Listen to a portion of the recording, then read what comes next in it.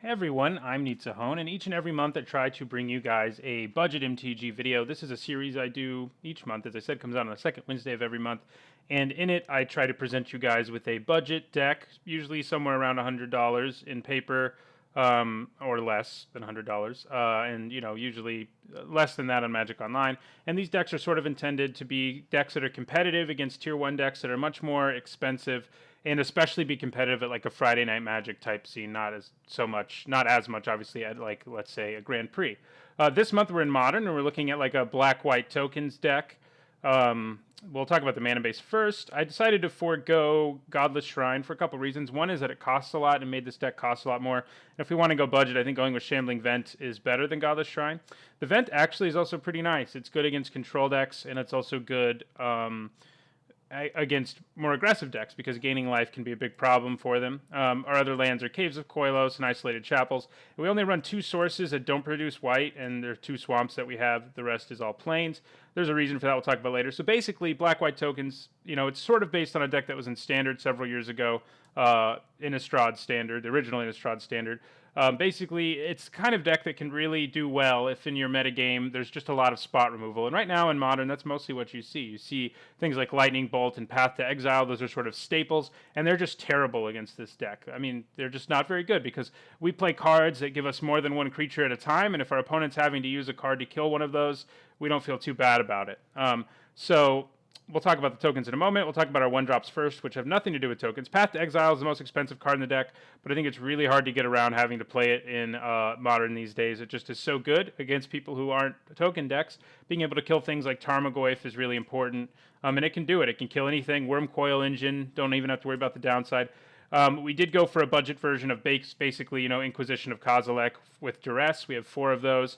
It's pretty good, just to disrupt our opponents a little bit, so we can and so we can know how our plan's going to do. The biggest thing we're looking for is sweepers. There aren't a lot of them in Standard right now, in Modern right now, rather. People aren't playing them a lot, that is, but we can find out if they do, and we can even get rid of them. So now we're going to start getting into things related to tokens. We have one Gather the Townsfolk, which seems a little strange, but that is because I kind of wanted a 5th copy of Raise the Alarm, but that's not allowed.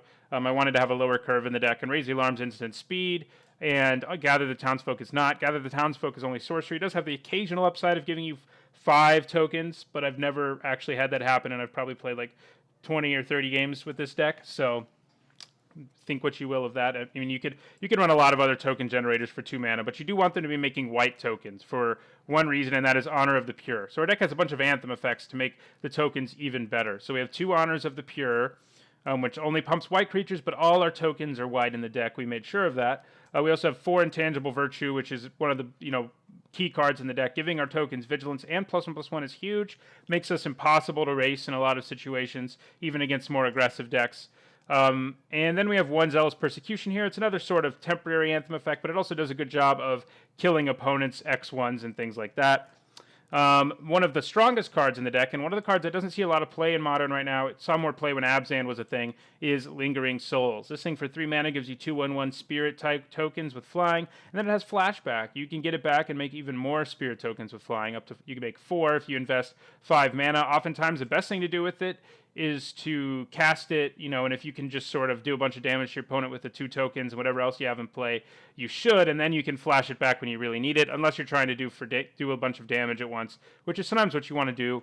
But what I'm saying is, against opponents who might have like Pyroclasm or something, you want to be making sure you keep your Lingering Souls in your graveyard so you can cash it in after your opponent blows up your board. We have 2 Midnight Hauntings. It's another instant speed way to make tokens, which is pretty nice. It's good against control to have stuff like Raise the Alarm, because we can make sure we get at least some tokens in play if they leave mana up for their Cryptic Command, and we Midnight Haunting at the end of their turn. They're just forced to make a decision one way or another.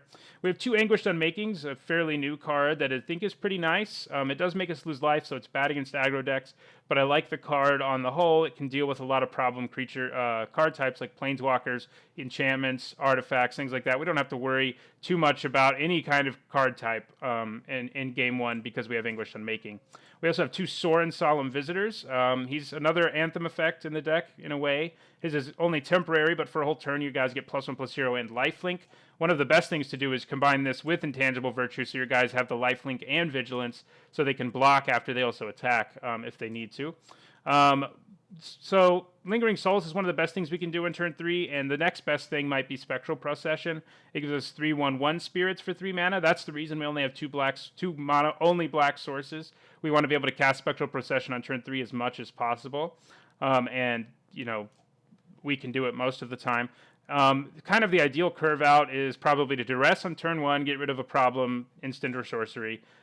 Play either Honor of the Pure or Intangible Virtue on turn 2, and then play either Lingering Souls or Spectral Procession on turn 3. Sometimes your opponent just can't beat you if that happens. You suddenly have 6 damage in the air, and a lot of people are just dead in a couple turns to that. Turn 4 Sorin's also, I guess, the ideal turn 4 play. We also have 2 Secure the Waste, which gives us another instant speed way to make a bunch of tokens. And it's a nice late game play. So if a game grinds out and we're just not able to get through our opponent's creatures or their control for some reason, Secure the Waste is a way to finally punch through in the late game.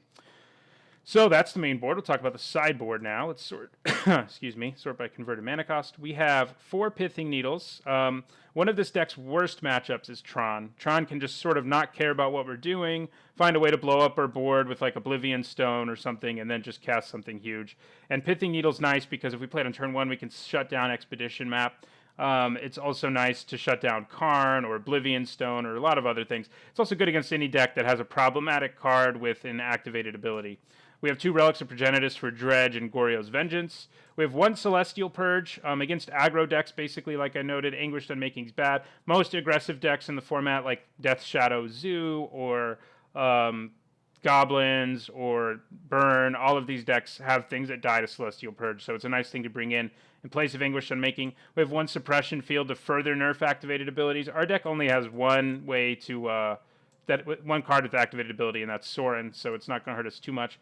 We do have 2 core Firewalkers for against Burn decks or Death Shadow Zoo or any deck that runs a lot of red, Goblins, whatever.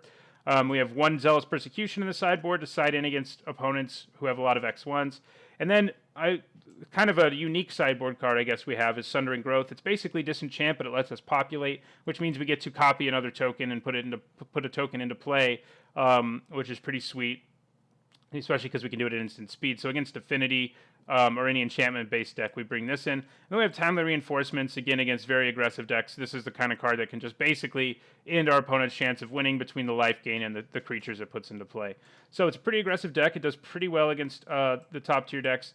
It's the weakest against the sort of non-linear decks that just sort of try to win in ways that don't involve the board really, or just can blow up our board. But there's not a lot of board sweeping in the format, and that's a great thing. So I'll play 5 matches with the deck now against high-tier opponents, and hopefully the deck will prove to be as strong as it's been in testing. Thanks for watching, and don't forget to like, comment, and subscribe.